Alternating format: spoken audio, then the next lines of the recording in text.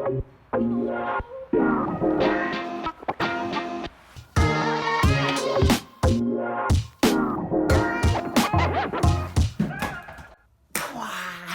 B's and G's, it's Tyler Neuwirth coming at you fast from Race to Be Fit, and today we have a very special update, and it deals with these guys right here. And for those of you who don't know, these are the Nike VaporFly Next percents, and there is a lot of controversy going on about these right now in the world and the running community, and to see if they're legit or not, if they are too performance enhancing. They've been linked to what people have been coining technological doping, and I am curious to dive into what the story is about why these are so good. Let's jump right into it.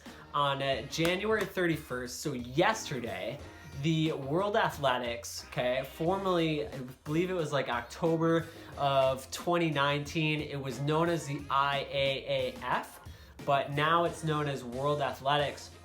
They go ahead and they are the guard dogs, let's call it, of the running industry, right? So they cover everything from race walking to ultra marathons and everything in between.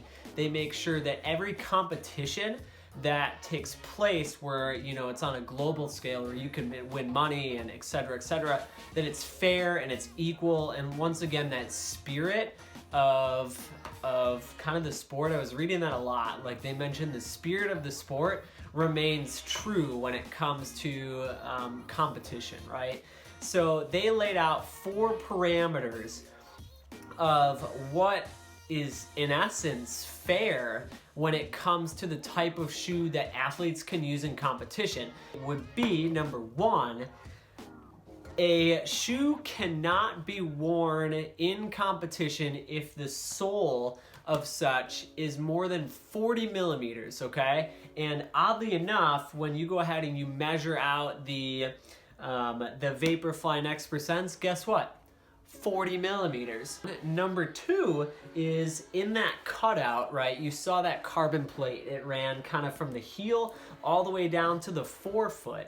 Okay, that carbon plate, you can only have one now, and you can't stack them on top of each other.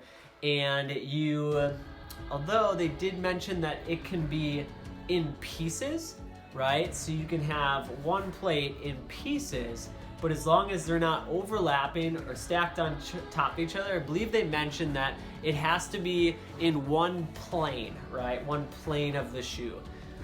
And number 3 is if you are using track spikes, right, in form of competition, which I don't have any examples of, insert spikes here, but they said that you can have a plate on the forefoot, right, beyond if there was a carbon plate in the actual running spike.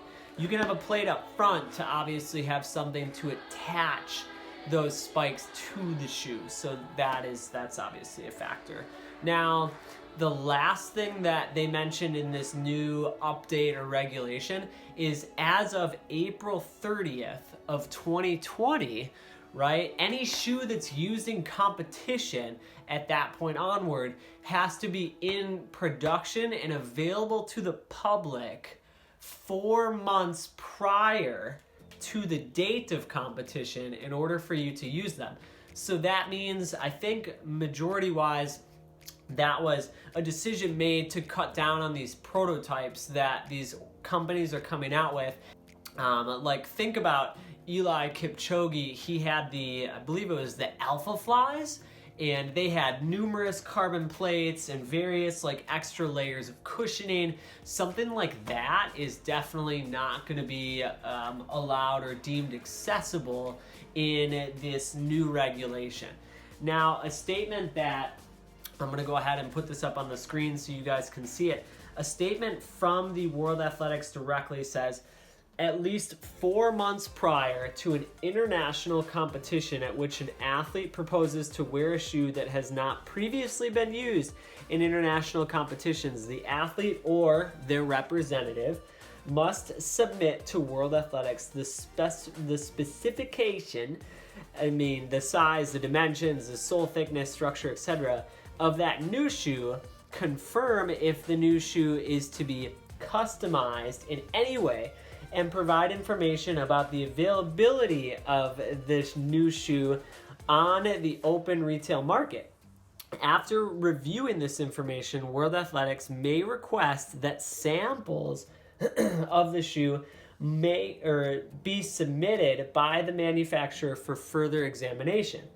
Now, if the shoe is requested for further investigation, World Athletics will use reasonable efforts to complete its examination as soon as practicable, if possible within 30 days of the receipt of the shoe by World Athletics. So, all that being said, you guys, what do you think? I want to hear in the comments below if you think that this is once again, technological doping. That's something that has not really hit the running world too much, and this shoe is really kind of pointing the way to new advancements, new technologies. So let me know in the comments what you guys think, if this is just too good to be true, or if this is something, yeah, go for it. Again, this is Tyler Neuwirth from Race to Be Fit, and on that note, I want you guys to go ahead and feel free to subscribe, and let's grow this Race to Be Fit family, the familia. And on that note, let's keep moving forward, right? I'll see you in the next one.